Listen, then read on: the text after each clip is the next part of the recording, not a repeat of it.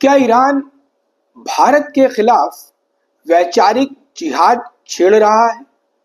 क्या आजादी पसंद जनता कहकर भारत की मुस्लिम आबादी को सरकार के खिलाफ भड़काने की कोशिश हो रही है? और सबसे बड़ा सवाल, क्या ईरान पाकिस्तान के जरिए भारत को अंतर्राष्ट्रीय मंचों पर बदनाम करना चाहता है? नमस्कार, मैं मनोज चतुर्वेदी शास्त्री। आज हम बात करेंगे ईरान के उस बयान की जिसने भारत की विदेश नीति और आंतरिक स्थिरता दोनों को एक साथ चुनौती दी है। ईरानी राजदूत रजा अमीरी ने पाकिस्तान टीवी चैनल जियो न्यूज के उकसाने वाले सवाल के जवाब में कहा कि इजराइल के साथ लड़ाई के दौरान भारत सरकार ने खुद को तटस्थ दिखाने की कोशिश की है। भारत ने हमारे पक्ष में वोट भी नहीं दिया है। उन्होंने कहा कि भारत का इजराइल के साथ बहुत मजबूत संबंध है। इस इलाके में अमेरिका और भारत गठबंधन में शामिल है, यानी अमेरिका का जो गठबंधन है पश्चिमी देशों का, उसमें भारत को शामिल बताया है ईरान ने। ईरानी राजदूत ने आगे कहा कि पाकिस्तान और इस्लामिक देशों के संगठन ओआईसी ने, यानी ऑर्गेनाइजेशन ऑफ इस्लामिक कंट्रीज ने इजरायली हमले की कड़ी निंदा की है। ध्यान दीजिए कि यहां उन्होंने पाकिस्तान को अपने पक्ष में बताया है।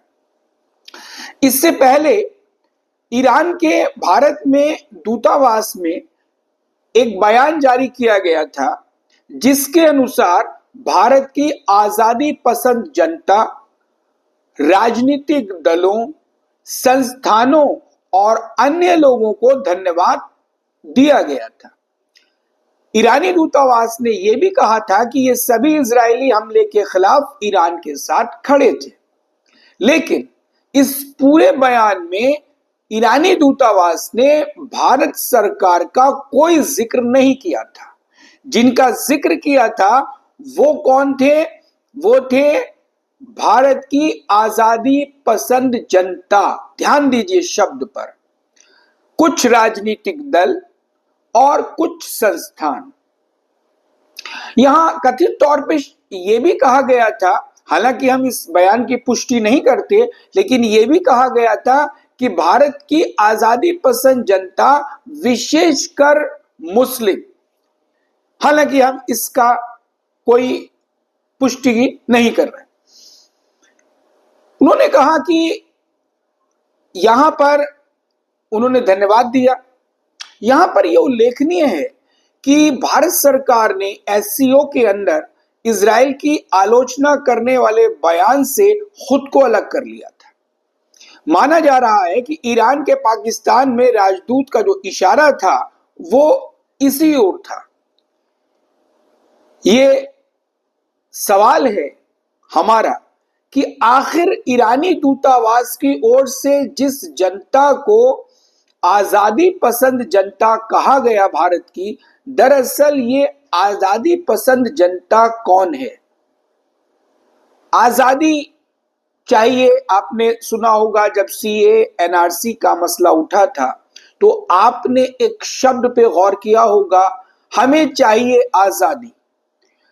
कश्मीर में भी इसी मुद्दे को, इसी शब्द को, इसी नारे को दोहराया गया था, हमें चाहिए आजादी। ये आपको अच्छी तरह से याद होगा। बहुत लंबा समय अभी सीए और एनआरसी को नहीं बीता। दरअसल शायद ईरान का जो ये संदेश है उसी और इशारा करता है, उसी जनता की बात करता है जो सीए एनआरसी के दौरान हमें चाहिए आजादी की बात कर रहा था। जो आपको याद होगा जेएनयू में भी इसी तरह के कुछ नारे लगे थे। जामिया मिलिया इस्लामिया, अलीगढ़ मुस्लिम यूनिवर्सिटी में भी कथित तौर पर इस प्रकार के नारे लगे थे। और कश्मीर में तो ये नारे आम तरीके से लगते रहते हैं। तो जहां तक हमें लगता है कि ईरान का जो इशारा था वो इस जनता की ओर था, उस कट्टरपंथी समूह की ओर था, उन ताकतों की तरफ था जो इस देश को तोड़ना चाहती हैं और खुलेआम नारे लगाती हैं, भारत तेरे टुकड़े होंगे इंशाअल्लाह इंशाअल्लाह। ये शायद उस जनता की बात ईरान ने की है। ये कट्टरपंथी ताकतें जो हैं वो हमेशा दमन का शिकार दिखाती हैं। कश्मीर के मसला हो, फलस्तीन का मसला हो, अफगानिस्तान का मसला हो, इस तरह का कोई भी मसला हो, इससे पहले ईरान बोल भी चुका है कश्मीर के मसले पे। उसने इससे पहले भी भारत के खिलाफ ईरान उस कश्मीर के मसले पर साथ दिया था पाकिस्तान का और भारत के खिलाफ जहर उगला था।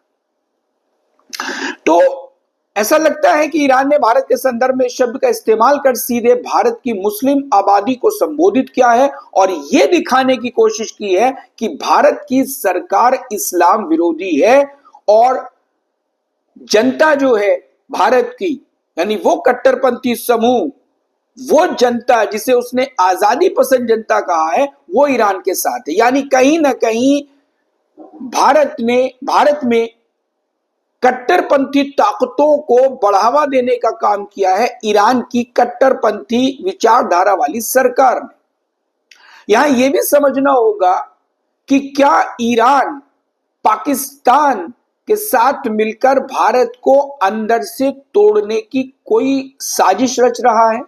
क्या ये बयान उस ओर एक इशारा करता है या ये सिर्फ एक भूमिका है उस साजिश की, उस घिनौने षड्यंत्र की जो सपना देखती है भारत को इस्लामिक राष्ट्र बनाने का?